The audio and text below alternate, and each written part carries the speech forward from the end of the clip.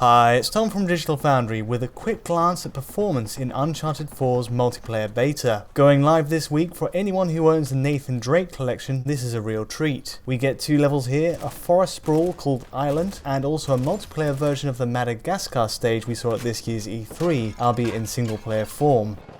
And overall, we've been having a lot of fun with it so far. Naughty Dog turned in a surprisingly excellent online mode with The Last of Us, and some of the mechanics from that game transfer over to Uncharted 4. We can now revive downed opponents, for example, and the cash you earn from kills can be spent on the fly on upgrades, rather than simply finding them on the map.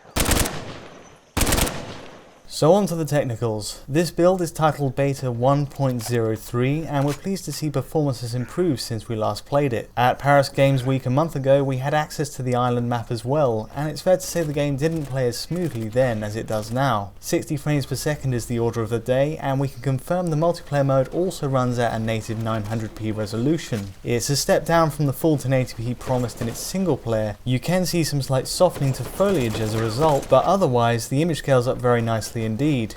And since the priority in competitive modes is on smooth frame rates, the trade-off in image quality for performance is a logical sacrifice to make. In practice, it also works out really well. The island map runs at a mostly solid 60 frames per second, with only the occasional one-off drop as we make first contact with enemies. By and large then, you're getting a very smooth level of performance in general play, and again this map is far less prone to stuttering than what we experienced in the Paris Games Week build.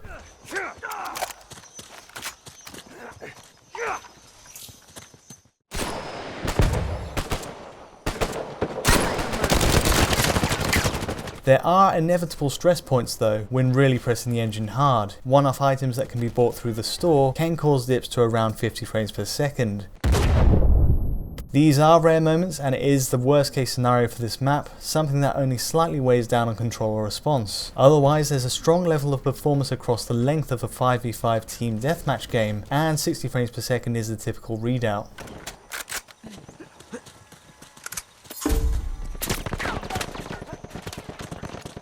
So let's move on to a map we haven't seen before. The Madagascar stage is a different beast entirely to Island, giving us a market pavilion flanked by a muddy construction site. It's a broader area and with more physics-based destruction in play too. Objects in the canteen fly on bullet impact and wall tiles shatter on bazooka fire. Even cars are rigged to explode. Despite adding these extra elements, Naughty Dog is still successfully hitting 60 frames per second in a deathmatch. But again, there are moments where relics and also the use of sidekick allies can take its toll when placed at congested spots.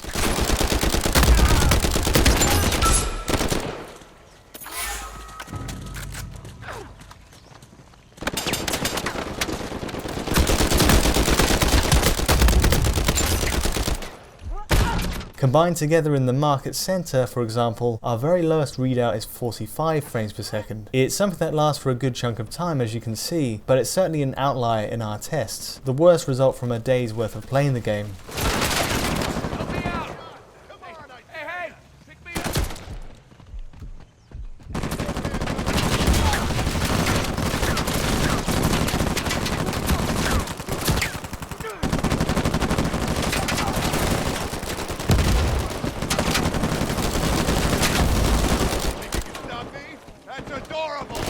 In the main, you're getting a stable 60 frames per second otherwise in just about every encounter across the map.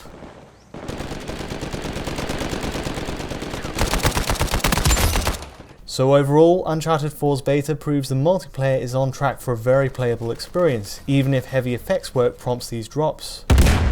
It's fair to say the Madagascar stage is the one more in need of optimization between the two, but it's mostly there in its performance, and we're just looking for a bit more fine-tuning come release.